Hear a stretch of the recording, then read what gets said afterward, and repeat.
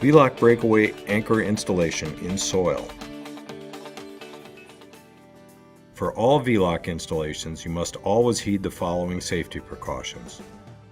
Call 811 at least 3 days prior to installation, so all nearby utility lines are located and marked. Follow FHWA standards as well as state and local work zone guidelines to determine if lane control measures should be used to protect personnel.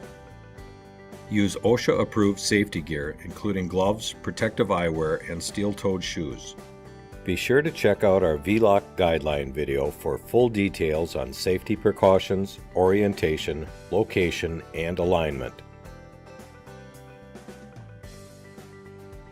While a sledgehammer and Tapco HD1 hand drive head can be used, we recommend the use of a power driver, a Tapco PH1 power drive head, a Tapco driver shank, determined by the chuck adapter size of your driver, a short level, preferably magnetized, a cleanout trowel, a pointed spade shovel, and a small sledgehammer. To start, attach the power drive head and driver shank onto your power driver. Place the V-shaped groove of the power drive head fully onto the V-lock's thick angle iron leg.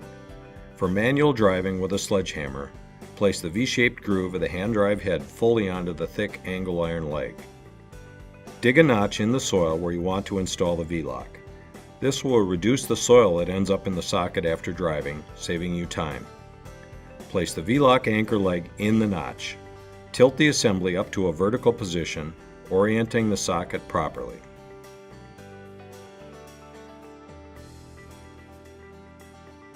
Drive the V-lock anchor in only about halfway.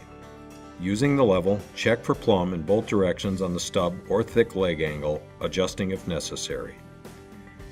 If you are installing a clean-out bar model, tilt the anchor a few degrees toward the V-lock's rounded nose because the bar will push the anchor back to plumb when fully driven. Drive the V-lock socket in just to the bottom of the fins. Check again for plumb with the level on each face of the thick leg angle or stub.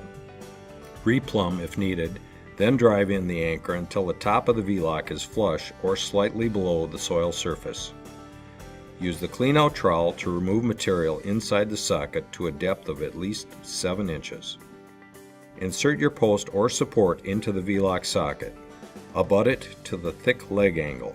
Make sure the sign or other attached device is or will be properly aligned.